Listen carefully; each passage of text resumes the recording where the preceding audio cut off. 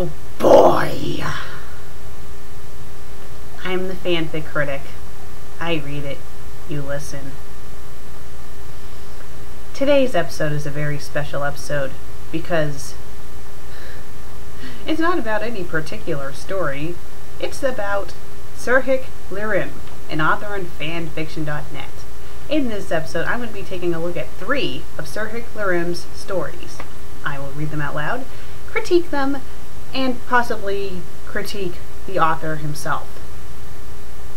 Or give him some advice when it comes to writing fanfics. Now, the name Sirhc Llirrem should sound familiar to you guys.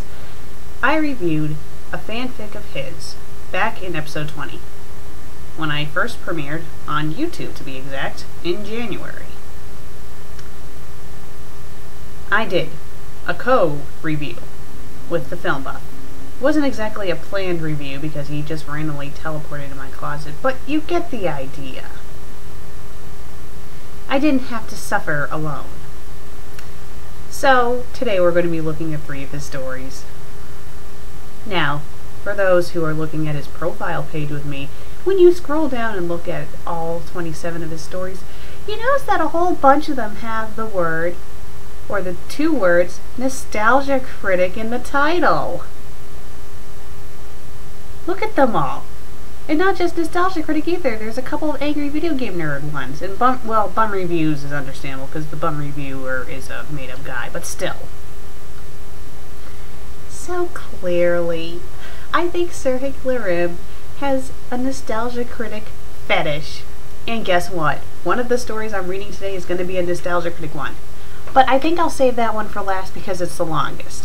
The first story I want to look at is probably his shortest one, and it's called Films That Need Logic, The Little Mermaid. Okay. It's rated T. It's in English. It's humor, parody, and it has 7 reviews. Let's take a look. Films That Need Logic, The Little Mermaid, by Sirhc Llirrem. Author's notes. Just have it say author's note. It's only 1 note being left by the author, so why does it have to say author's notes? I never got that. Whenever I wrote fanfics and I had an author's note, I don't even think I had to say author's note. I just think I had a note at the beginning. I don't know. But still, I always put down author's note, not author's notes. Let's continue. This is a logical parody of one of the scenes in Disney's The Little Mermaid. It's a very mediocre film that should be put in its place for many reasons. Dude, you do realize it's supposed to be a kid's film.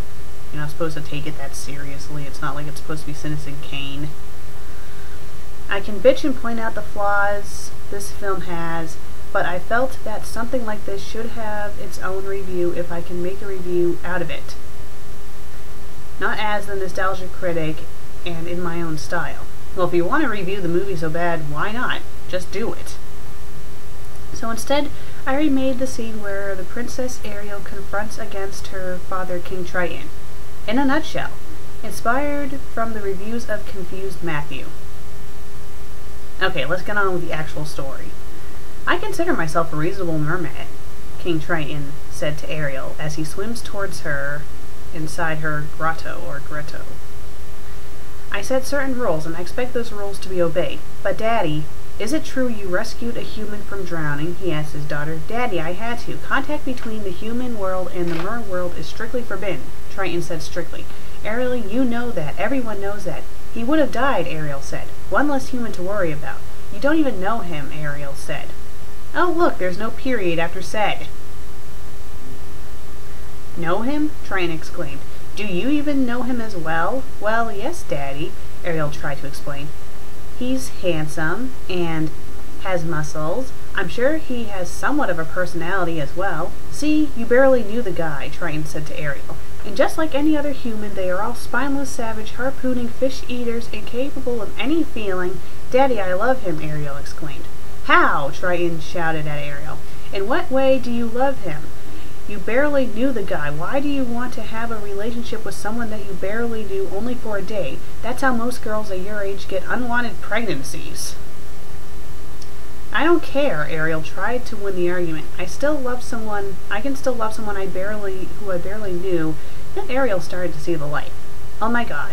What was I thinking? You know what? Blow up the statue. Really? Triton asked. Are you sure?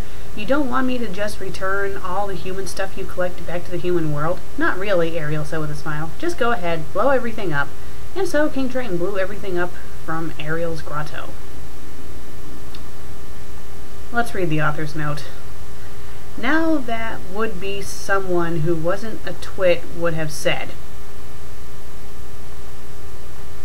If something like this I wrote in the movie were to be in it, well, then there wouldn't be a movie, dumbass. Then I would have been satisfied. But instead, we have Princess Twit bitching at her father and occasionally disrespecting him without thinking straight. And you spelled straight wrong. This is how they spelled straight. That's not how you spell it. This is the proper way to spell it. Duh! Which applies in 2 scenes of the film. From the simple author Sirhc Llirrem. Okay, let's critique the story. First of all, it was just stupid. It really was. I mean, I read this guy's profile, and one of the movies that he disliked was this movie. But, you know, the thing about Disney films, or about children's films in general, a lot of them don't really have logic when you think about it. Little Mermaid is a love story. Take it for what it is. And, you know, I don't get why this guy is huffing and puffing about this movie. It's like, you know what? You didn't like it, that's fine. Get over it and move on to another subject. Don't make a stupid fanfic where you're pretty much rewriting one of the scenes of the movie to make it fit the way you wanted it to happen, because, you know, if the makers of The Little Mermaid went with this scene instead of what actually happened, there wouldn't be much of a movie. And I don't know, it's just stupid. Like, he's calling Ariel a twit and calling her like a bitch and stuff. It's like, she's a kid. She's like supposed to be a 16-year-old kid. You know, it's a little crush. And I don't think she was trying to hop in bed with Eric the minute she saw him. First of all, I don't even know how they would be able to do it, seeing she's a fish and all, but I don't know.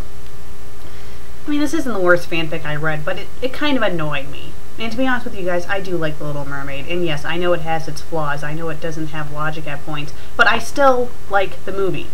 I know it's a children's movie, and I know I accept it for that.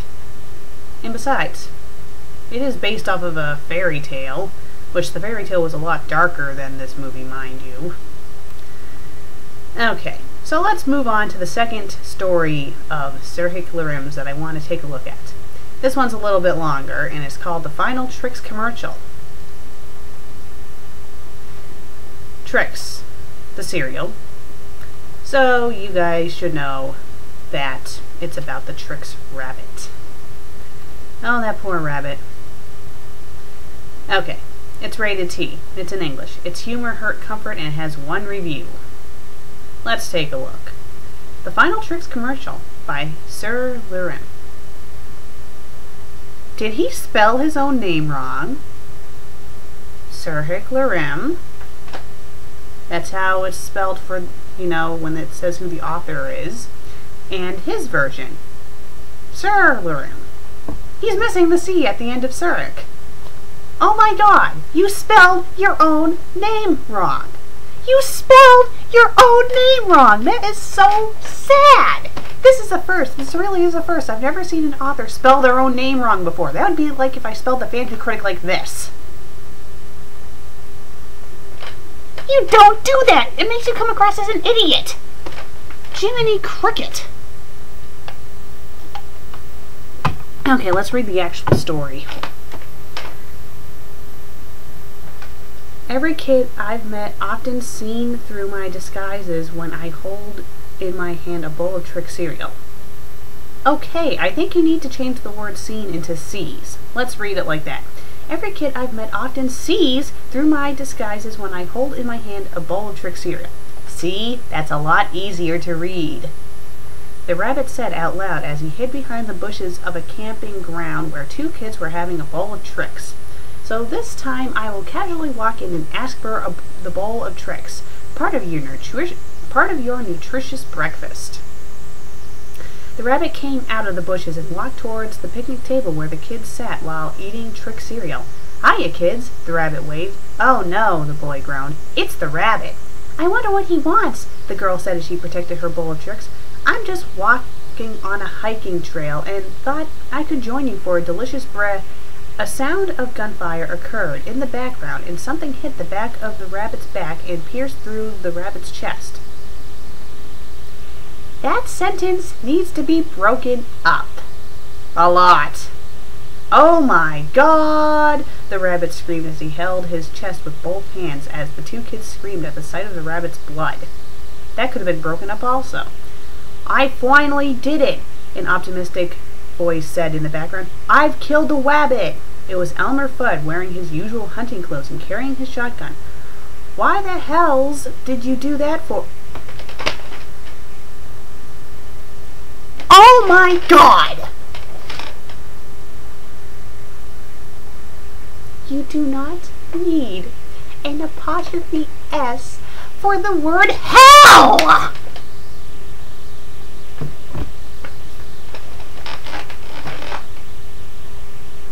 Let's read that correctly. Why the hell did you do that for? The rabbit shouted at Elmer. Whoops, Elmer said as he realized he shot the wrong rabbit. I'm so terribly sorry, Mr. Twix Rabbit. I mistook you for a different rabbit I've been hunting for years. Well, you do realize what you just did, jackass. Wow, I always remember the Twix Rabbit saying swears like jackass in his commercials. The rabbit asked Elmer as he is now calm. You shot me in the heart, and you just ruined my chance to try some Trix cereal. And you made these kids lose their appetite. Don't worry, Mr. Twix Rabbit, Elmer said to the rabbit as he took out his cell phone. I'll call an ambulance. A few hours later, the rabbit was checked into the hospital and put on life support. The kids from the campground came to visit him a few days later. How are you doing, Rabbit? The boy asked with a grin on his face. So does he have a Grim Reaper on his face, or are you missing a word? I think the word they are missing is a grim look on his face. Fine, the rabbit said. Then he coughed so hard. He coughed so hard and? I think you should get rid of the word so and have it say, then he coughed hard. Or he coughed very hard. Because having so hard in there makes it sound like you're going to continue the thought, but you don't. Are you going to make it? The girl asked, feeling sorry for him. Probably not, the rabbit told the girl. I need one last request before What is it? For years, I've wondered what Trix cereal would taste like when I taste a spoonful of raspberry red, lemon yellow, orange, and grapey grape. The rabbit said, recalling his obsession of Trix as his eyesight starts failing. Just like that David Vedder kid with Coca-Cola. I would never have the chance to have Trix cereal. Feeling sorry for the rabbit, the girl walked towards the rabbit on his deathbed. Here, the girl said, offering the rabbit her bowl of Trix. For me? The rabbit said tearfully. No, I shouldn't. We want you to have a bowl before you pass on, the girl said with a tearful smile. The rabbit then took on... Wait. The rabbit then untook the spoon by his hands.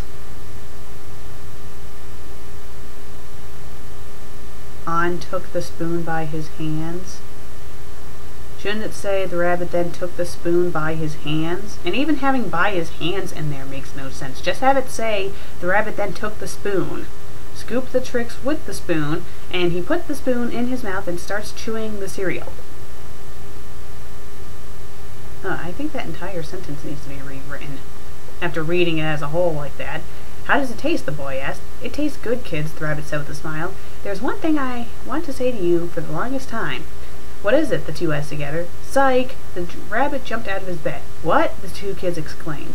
You should have seen the look on your faces when I was shot by Elmer Fudd. The rabbit shook his head as he got the two. I don't know how I survived a bullet wound to the chest, but I was told by the doctors I am perfectly healthy and ready to go home today. So I pretend dying in front of you kids. Don't you mean so I pretended to die in front of you kids? That would make a lot more sense than having it say, so I pretended dying, so I pretended, or, I don't know, let's move on. As for some Trix and tell you right in your face that Trix are also for rabbits. "You bastard," the girl asked angrily. That doesn't make any sense. She's not saying, "You bastard," she's saying, "You bastard!" So it shouldn't say the girl asked angrily, it should say the girl yelled angrily, or growled angrily, or roared angrily, not asked. Duh!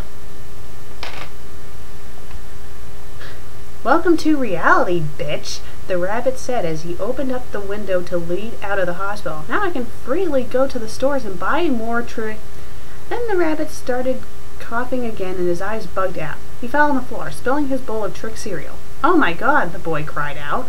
I just love it how there's no space between the quotation mark of at the end of God and the next sentence the boy cried out. Also, why is there another quotation at the end? That doesn't make any sense. Let's continue. "Silly rabbit," the girl smiled evilly. "Tricks are for kids." "You poisoned the rabbit?" the boy asked the girl. "Nice." Let's read the author's note before I continue. "Well, I just wrote at random since I haven't done any one-shots in a long time, and I've always thought what would happen if the Tricks rabbit finally gets his tricks. With a little help from Race Red with the ending of this little random story. Thanks, Race, you are a really big help." Okay, what's the problem with this story? A, the grammar could have been slightly better. B, the Tricks rabbit was completely out of character. And C, the ending. The ending was stupid. It was stupid. It was stupid, stupid, stupid. The ending would have been a lot better if, the Tricks rabbit, did die, but not because he was poisoned, but because he was shot. And if, the kids showing him sympathy, gave him the tricks. I mean, that's how I figured the story was going to be. And then they have him go, "Psych!" So pretty much the story was okay up until the part where the rabbit is actually alive and then he gets poisoned. I don't know. The story was just dumb. It was stupid. I could have thought of a much better story to write. And the thing is, I like the Tricks rabbit. I always felt bad for the Tricks rabbit, so the story kind of pissed me off. Especially seeing how in the end the little kids are evil little pricks. They poisoned him. Even if he really was going to die from the bullet hole, the girl still poisoned his food. Either way, he was going to die. So, it's just disturbing. But I always thought the kids in those commercials were disturbing little pricks. Okay, the story did get one review, so we might as well take a look at it and see what the review is. The review is from Harry Potter Resident Evil fan JNL. Okay. "Haha, OMG, I love this. It's random and crazy and great. Ha ha ha, wow, great job." I beg to differ. But then again, everyone's entitled to their opinion. Not all of you guys are going to agree with me, and I understand that. So, let's take a look at the final story I want to take a look at of Sirhc Llirrem. This is one of his many Nostalgia Critic fanfics, and it's called Nostalgia Critic. Shocker. I was going to do another one, but I decided to go with this one instead. Okay, it's rated M, it's in English, it's humor horror, and it has 3 reviews. Nostalgia Critic. Shocker. By Sirhc Llirrem. Well, at least he spelled his own name right this time. Author. This is a Nostalgia Critic fanfic / review of the film Shocker. Requested by Movie Brat. Hey, I know Movie Brat. He's also Movie 06 on YouTube. So he's encouraging this guy to write fanfics about real people? I'll get into that rant after I'm done with this. Now, when I was requested to review this as the critic, I was told that this was Craven's attempt to start a franchise out of this film, and it failed at the box office, and when I finally saw it, I could see why. This fanfic / review is more likely to be based on my own opinion rather that of the Nostalgia Critic / that guy with the glasses. Well, of course, it's not like you're the Nostalgia Critic writing these fanfics. You are pretending to be him. So, of course, it's going to be your actual thoughts. So, pretty much, just to let you guys know, this story is going to be a quote-unquote review of this movie from the quote-unquote Nostalgia Critic, although it's actually the Sirhc Llirrem guy pretending to be the Nostalgia Critic because, you know, I don't own the Nostalgia Critic or Shocker. I'm using both in which in the terms of fair use. Something tells me that writing a fanfic about real people is not in the term of fair use, because you're not supposed to write fanfics about real people because it's against the rules and it's unethical and... Okay, I'll do the rant after. You know, I'm not looking forward to even reviewing this, let alone watching it, the Nostalgia Critic said in a grouchy voice as he began his video, as he wore his black hat, a red necktie, black jacket, white shirt, glasses, and a shaven beard. Okay, you didn't really need to say all that, because most of us who are familiar with the Nostalgia Critic know what he looks like. And it seems like he does this in every single fanfic he does about the Nostalgia Critic. I read another one where he did it too. And he does it in every single fanfic about the Nostalgia Critic. It's annoying. That'd be like if I opened up my episode constantly describing what I look like. The FanFic Critic says as she tries to make a point as she reads another pointless fanfic. Her in her black jacket, and her white shirt, and her bangs that overlap her glasses, which are kind of big by the way. She sits there staring at the screen, thinking about what's going on, and then she looks up at the ceiling in wonder, in thoughts about what the fanfic is going to be about. You can stop now. Oh, I'm sorry. Thanks. Let's continue. Believe me, it was a huge pain watching this, and felt like a chore to even bitch about it in the first place. The movie in question is Shocker. What I'm able to get from several people on Wikipedia, sometimes their information is wrong. Everyone knows that. This film was Wes Craven's attempt to start a franchise based on this film, since he wasn't given any due profits from The Nightmare on Elm Street from New Line Cinema, but somehow a sequel was never made. The film underperformed at the box office, and the film never spawned the franchise Craven wanted, which is one of the examples how franchises don't work that way. Movies like Star Wars and Ghostbusters started out as standalone films and became franchises later, but those films are classics enjoyed by people who watch them. You cannot make films like Shocker and expect it to become the shit. Okay, before we can safely say that Shocker is shit, let's take an honest look into this. The film strangely begins with the oddest opening scene ever. Throughout the scene, we see a guy limping and fixing his TV set while we see a bunch of skulls and news footage from the Civil Rights Acts of the 1960s. What purpose does it have for the film is beyond me. They might as well use the footage from the 9/11 attacks of the World Trade Center, and it still has no purpose in the film. So the film is about some stock high school jock named Jonathan, who in this film is much like every stock high school jock in every film. A standard character whose personality is like a rock that has don't you mean an, even? Okay, if you're going to have the word a before another word, if the word begins with a vowel, it should be an and not a.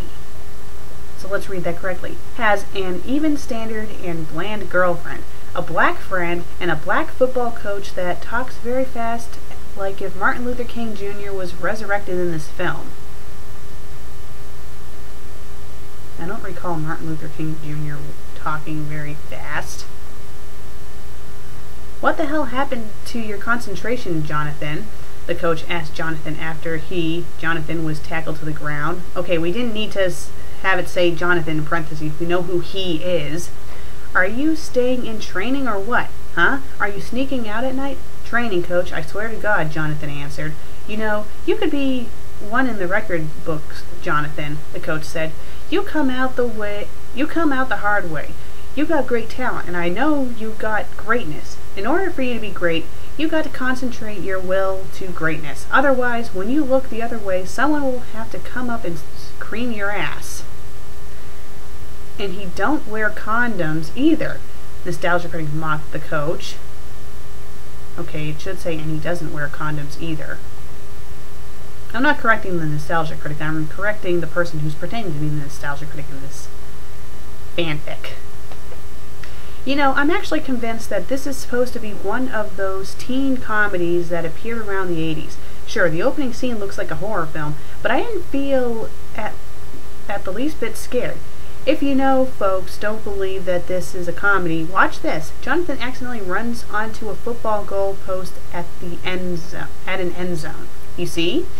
After waking up to his standard girlfriend, they decide to walk into his place to have sex. But the sex had to wait as he sees his mother and two siblings being murdered by the actor who played Walter Skinner from X-Files. Jonathan cannot bear to see his mom killed by the killer, so he tackles him and disappears. Then he wakes up in bed next to his girlfriend, shirtless, realizing it was a dream. Okay, the critic said. I guess this was a dream sequence and never happened. Nope, it turned out that the dream Jonathan was a real because his mother and two siblings were actually murdered by the actor who played Skinner from X-Files, who in this film is some TV repairman named Pinker. Okay, something is seriously wrong with that sentence. Nope, it turns out that the dream Jonathan was a real? It should say, nope, it turns out that the dream Jonathan was having was real. Get rid of the word a and add a few more words in that so it makes sense. The critic chuckled at the name of the main antagonist. Was that the best name you could come up with, Craven? I mean, what were you smoking when you wrote this? Back in 1988, a year before the film's release, Wes Craven was smoking pink Play-Doh through a hookah while writing the film. Oh yeah, Craven said as he puffed. The villain's name is called Pinker. Yeah. Okay, why is those two lines in bold? Is it supposed to be important, or what? Is it supposed to be the author writing this, or is it supposed to be still the quote-unquote Nostalgia Critic? Let's continue. So Jonathan tells his foster father, yes, it turns out that he's the foster son of the family that was brutally murdered, Lieutenant Don Parker, that he knows who the murderer is, and the police found where Pinker is at. They go inside the shack and searched around for the killer. So I can understand that the killer is a TV repairman, but why the fuck does he have so many TVs around with plenty of archival news reports about the Civil Rights Act and KKK cross burnings? What purpose do they have? Oh look, a cop is wandering on his own. Gee, I wonder what's going to happen to him, the critic said sarcastically. The police officer stands behind one of the shelves and the cop was grabbed by Pinker and the shelf opened like a door. Then Jonathan wondered and saw a cigarette that the cop was smoking, and he and his father saw a pool of blood coming from the shelf where the cop stood. While they tried to open the shelf, someone dressed as a police officer walked out the back door while limping. Gee, I wonder if the killer is dressed as a cop to kill 2 or 3 other police officers, the critic also said sarcastically in this scene. You scared the crap out of me, Sarge, the policewoman said to Pinker, thinking that he was one of them. Did you find anything? Pinker then stabs and kills all 3 police officers. Wow, the scene is one of the most hack moves I've seen in my life, the critic said in boredom. I know a scene like this is supposed to make us think that the killer is going to get those people, but it's someone else who's not the killer. But we, the audience, already know that the person dressed as a police officer is the killer, and we know he's going to kill someone. So this has been another pointless moment. So the killer escapes, and the critic then looked at the dead cop on the windshield of a police cruiser in disgust. What the hell is up with this guy's mouth? Did the killer force the dead cop to give him a fellatio? The fuck? It reminds me of the man in the bear costume scene from The Shining. It's so awkward that nobody speaks of this again for the rest of the film. Anyway, let's move out of that subject. Okay, you don't need in parentheses, let's move out of that subject. We all know what anyway means. So Jonathan gives his girlfriend a heart-shaped necklace before going to the football practice. But the girlfriend was killed by Pinker. How he got inside Jonathan's house without breaking through a window, I have no idea. Ah crap, the critic dubbed Jonathan's voice as Jonathan. He read... Huh? The critic dubbed Jonathan's voice as Jonathan he read... Get rid of the word... He had to say as Jonathan read Happy Birthday Jonathan at his mirror. My girlfriend wrote on the mirror with her PMS blood again. She must be really pissed at me for not being with her last night. Lovely visual. Thank you for that visual. So he grieves for his girlfriend like a pussy that he is and decides to go after the killer himself by knocking himself out and somehow find out where the killer strikes next. Don't you mean finding out? That's one thing I've never got with this whole seeing the murder before it actually happens scenario in this movie. Why can't Jonathan find where Pinker is by simply going to sleep instead of knocking himself out? He might as well watch Welcome to Mooseport and fall around the second act of the film. So Jonathan knows where the killer is after waking up and went to the place where the killer is going to strike. The police show up too after they followed Jonathan and surrounded Pinker. Pinker throws his victim down and escapes from one of the apartment roofs as the police don't use their guns to stop him. I'm not saying kill him. What I'm saying is do your fucking jobs, you incompetent dumbasses. The police finally caught Pinker and sentenced to death. Do the police really have the power to randomly sentence people to death? And shouldn't say sentence and sentenced him to death instead of sentenced to death? Then give him the chair. I want to be there, Jonathan said coldly to his father. Since my very bland girlfriend was killed, and all I got is internet porn, I got nothing better to do, the critic dubbed Jonathan's lines. While the prison guards prepared to fry Pinker, Pinker electrocuted himself with black voodoo magic. Yes, it turns out that Pinker uses black magic to do whatever he wants, and killing himself is the only way to do it. Come on, Pinker said, electrocuting himself. Give it to me. Pinker electrocuted himself by plugging himself with 2 spark plugs, and a strange pair of fade and hand-drawn lips appeared. You got it, baby, said the hand-drawn lips as it overpowered Pinker's magic. Okay, what the hell was that? The critic asked a rhetorical question. It looks like Audrey 2 from Little Shop of Horrors that was crossbred with the MCP from Tron. I wish I was joking, folks. How unoriginal that is. In fact, if this movie can't combine 2 well-known characters, let's say a TV show, a movie, or a book, and you can still call that character original, then damn, I can too. Then the critic took out his sketchbook and opened it to the first page. This is Sonic Chew. The critic said, smiling as she showed the viewers a picture of a Sonic the Hedgehog colored Pikachu. This is an electric hedgehog Pokemon combination of Sonic and Pikachu. He can run fast as well, zapping his enemies to the extreme. See, I can make rip-offs something from 2 well-known franchises and still call it original. Anyway, back to the plot. After a failed attempt to get out of the movie, the guards strap Pinker to the chair. Before they pull the switch, Pinker gives his final words to Jonathan. I was beating you really good when your mama tried to stop me with that gun she brought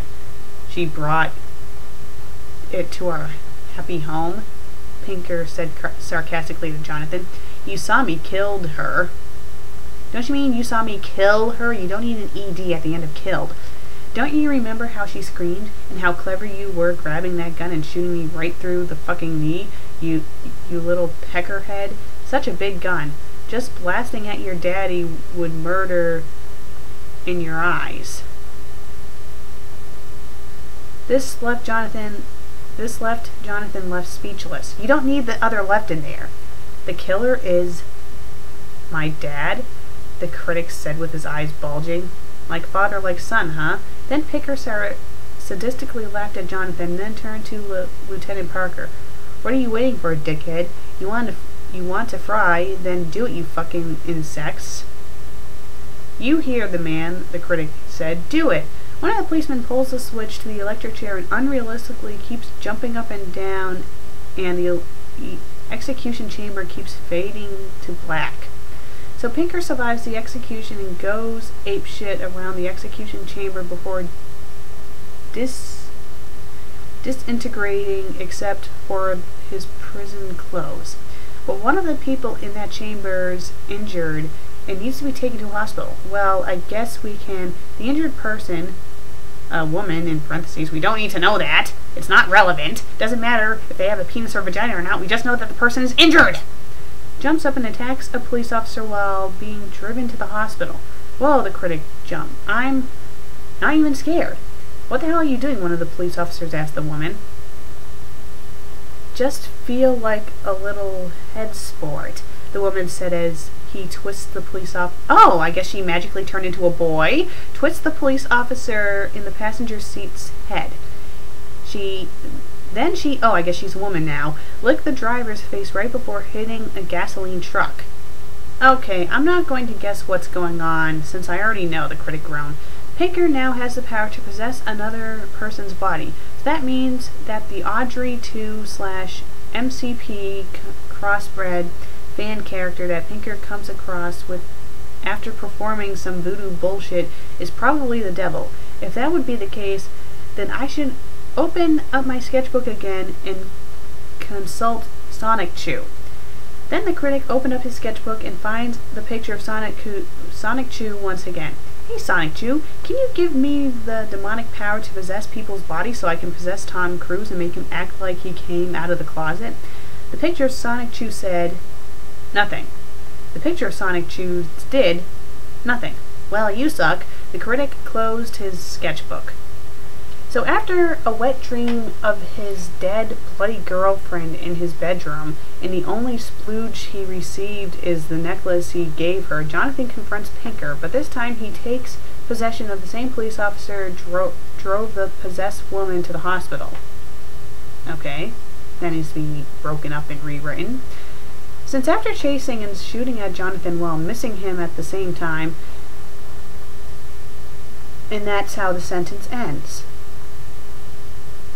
Don't have, you shouldn't even have then after it should say he started chasing and shooting at Jonathan while missing him at the same time, not have to say then after chasing him, because if you have then you make it sound like it's going to continue as a thought, and then you have it end. So let's read the next sentence. Then Pinker shoots a jogger and possesses the jogger. A few minutes later he possesses a little girl, and a few minutes later he possesses the little girl's mother. What is this, musical Humans? Then after a few seconds later, get rid of then after, just have it say a few seconds later, he possesses a random construction worker who happens to carry a pickaxe with him. Okay, first off, what was his reason to possess people excessively? It's so hard to take a villain that has the power to take over other people's bodies seriously if he does it over and over again. It's like the equivalent of a little impatient kid wanting to go to one theme park in Disney World to another after a certain ride he's been on just to get to another ride he likes. And trust me, I've been in that situation before and it sucked. Second, why does Pinker keep limping even after possessing someone's body if that person walks just fine before? Again, Craven, what were you smoking when you wrote this? Back in 1998, a year before the film's release, Wes Craven was smoking pink Play-Doh through a hookah while writing this film. Oh yeah, Craven said as he puffed.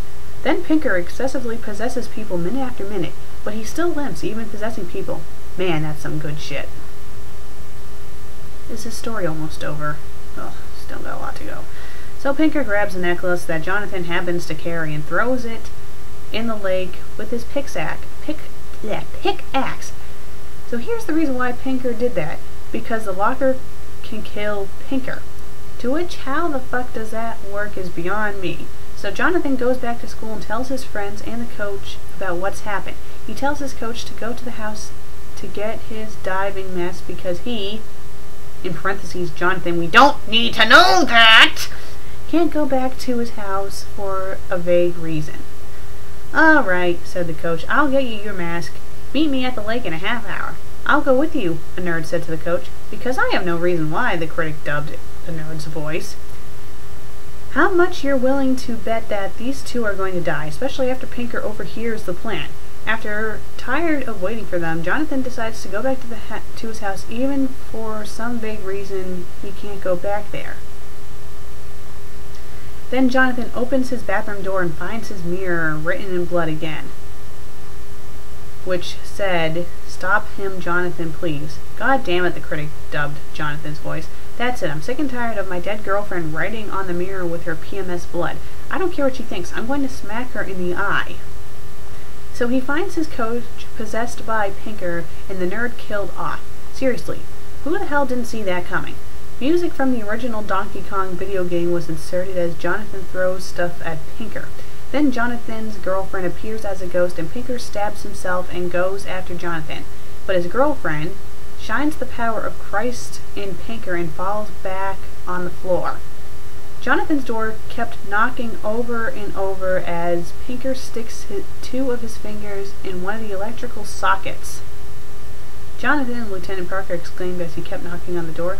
I think I can, Pinker said as his two now big fingers reached the electric socket. I think I can. I think I can. I think I can. I think I can, a clip from Chasey Jr. from Dumbo said as he tried to climb up the mountain. I think I can. I think I can. I think I can. I think I can. I think I can.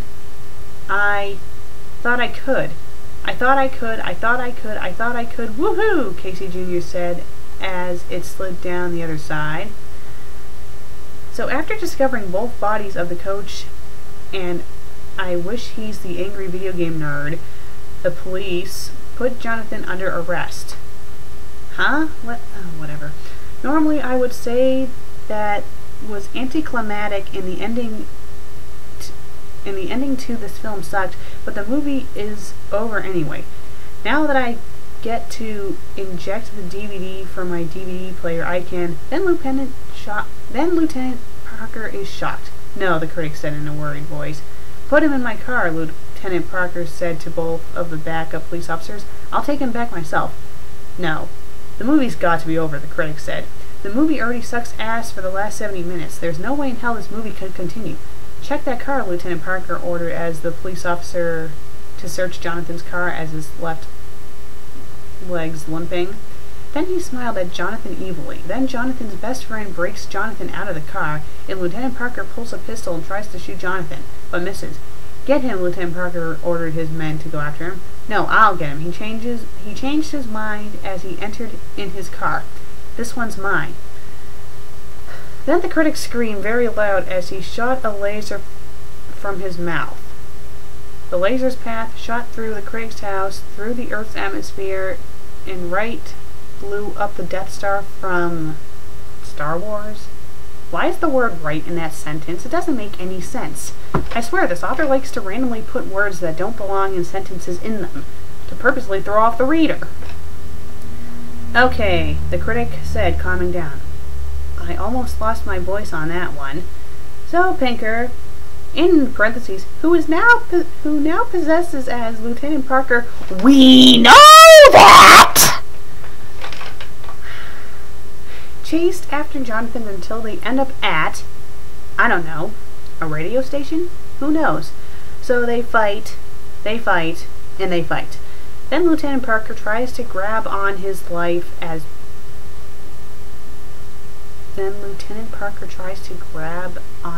I think onto should be one word, not two, his life as Pinker goes somewhere, and Lieutenant Parker is never seen in the film again for no reason. So after convincing his standard football jock buddies to shut down the city's power and the news to go live at his dead foster mother's house, Jonathan goes to the lake without the stupid diving mask he wanted in the first place, where he meets his dead girlfriend and makes out with her. But ghost sex has to wait as a crowd of dead people surrounded Jonathan and tell him to wake up. Yes, he's dreaming again, folks. Wake up, Jonathan, the nerd said to Jonathan. Don't let him get you sleeping. Thank you, dead nerd friend, the critic said to the, in parentheses, not the angry video game nerd. We know that! I guess I shall do that. Watch your ass, boy, the coach said to Jonathan. Don't get caught napping. Thanks, coach, the critic said to the coach. I got that the first time. Stop sleeping, said someone in the crowd. I got it, the critic shouted. You got to, Jonathan, or you'll die, Jonathan's girlfriend said to Jonathan. I told, just believe in yourself. Huey, Dewey, and Louie said in the cartoon All-Stars to the rescue. Okay, you don't need the word said in there twice. Okay, I know you three are not in this movie. We care about you, Piggy from the Muppet Babies and Cartoon All-Stars to the rescue said. Shut up, the critic shouted. After waking up, Jonathan wanders around his house for a while and sits back down on his chair. Then Jonathan's chair comes to life and its arms wrap around Jonathan. The evil version of Pee-wee's Playhouse theme plays. Come on in and pull yourself up a chair like Cherry. Let the fun begin. It's time to let down your hair. Evil laugh. So both Pinker and Jonathan go inside Jonathan's TV and fight inside plenty of TV shows and movies of what we could be watching instead of this movie. Finally, they get to the foster mother's house where Pinker was first seen in the film. Say your prayers. Say your praise, Squirt. Don't you mean prayers? Oh, Jesus Christ. Pinker said to Jonathan as he held his knife, I'll do you really slow. Then Jonathan grabs a TV remote and pauses him. Hey, Pinker exclaimed, what the fuck? You know, good point, said the critic. I mean, was the necklace given by the girlfriend is supposed to weaken him, and now a remote control that shows up somewhere can do the same thing as well? Again, Craven, what were you smoking when you wrote this? Oh, geez, not again. Back in 1998, a year before the film's release, Wes Craven was smoking Play-Doh through a hookah while writing the film. Then Jonathan uses a TV remote to control Pinker, Craven said as he puffed. Oh yeah, I'm almost done with this script. And I think I'm almost done with this story too. Thank God. You remember Bobby, my little brother? Jonathan said as he pressed the remote to force Pinker to the wall. My mother? He moved Pinker to another wall. Baby sister? He moved Pinker to the other wall. No, to the other side of the bed and on the floor. But I do appreciate that you killed my grandpa, the critic dubbed Jonathan's voice. He's senile and been pissing through a plastic bag lately. Anyway, back to character. Try to remember the other families, Horace. Jonathan continued to move Pinker around. Fathers, mothers, sleeping defenseless in their beds. Try to remember the pain. So after a series of mindfucks, the football jock blew out the power without electrocuting themselves. So there's more than one football jock? Oh, never mind, there is. Sorry, my bad. Pinker is defeated by a poor special effect, and Jonathan gazes at the stars as it's finally over. And yes, the movie's finally over. So I'm not going to use the "so do they" joke because it's not even worth it. So what can I verdict this film as? The critic said, summing things up. To be fair, the movie isn't bad, nor is it the worst movie ever made. But the thing is that there isn't anything good in this film either. The whole movie is just one huge dud with a predictable plot that involves a killer that we see a million times in plenty of slasher films. The only thing that is original in this film is that the killer can possess bodies and shoot out electricity. I was never scared or interested in this film. Nothing worked this film. Not the setup, not the characters, not the story, not the plot, not the horror, not the suspense, and not even the creativity that was put into this film. There's another thing I really don't get. What was Pinker's motivation of killing people in this film? The whole movie never even explains why he does this. Then the critic's cell phone rang. Oh, excuse me, I got to answer a call. Hello, cocksucker, a voice said to the critic. Hello, who's this? It's me, Pinker. Oh, hello, Pinker, I didn't expect a call from you. Do you want to know why I want to kill so many innocent victims throughout the movie? Not really, the critic said as he was getting annoyed. I've already asked the book from the Care Bears movie almost the same question, and it's because I'm a really fucked up individual who likes to kill people in the world. I love to see women and children cry and beg for their lives as I slit their throats and pull their intestines out of their assholes.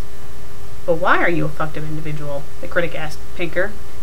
I got nothing better to do than I write a Nightmare on Elm Street fanfics about Freddy Krueger as he enter in Little Nemo's dreams and cut him up into little pieces after he came out of Little Nemo's ass. Okay. That's nice, the critic said. Thank you for telling me information that I really don't care for. He hung up his cell phone. I'm the Nostalgia Critic. His cell phone rang again. Not again. He picked up his phone. Hello?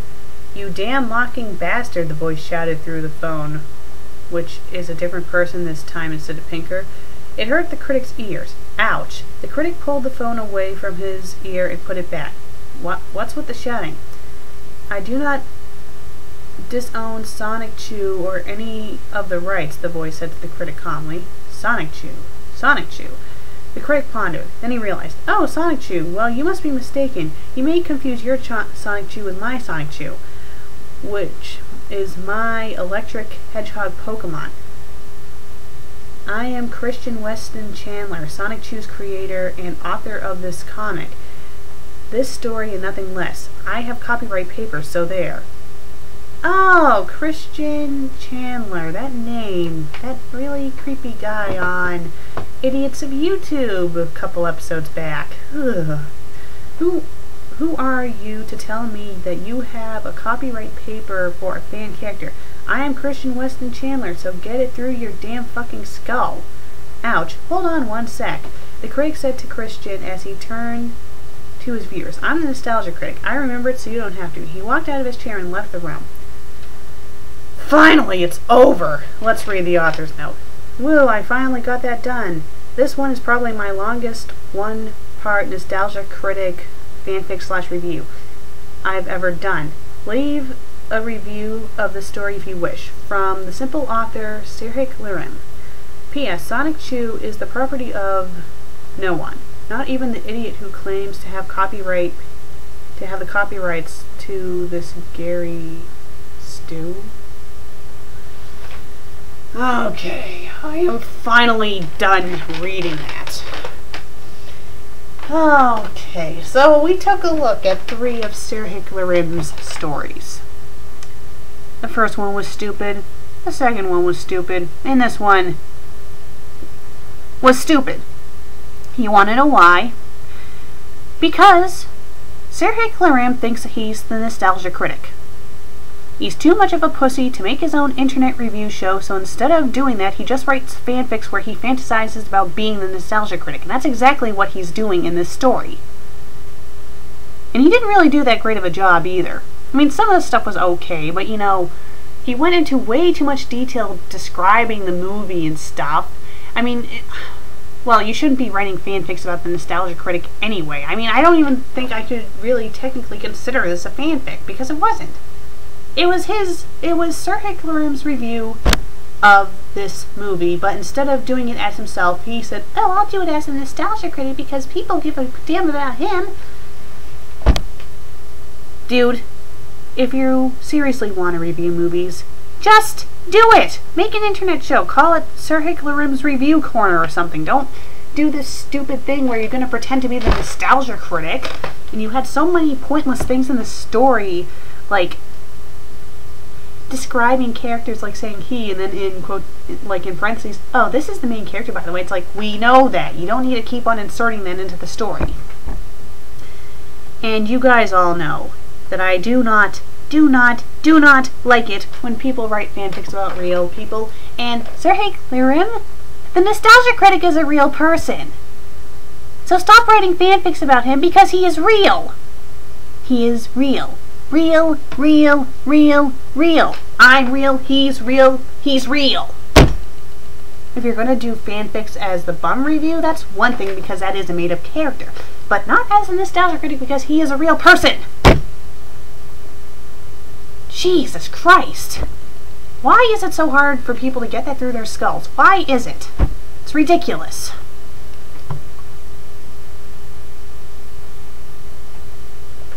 Well, I'm the fanfic critic. I read it, you listen, I'm going to watch the real Nostalgia Critic after I have some lunch.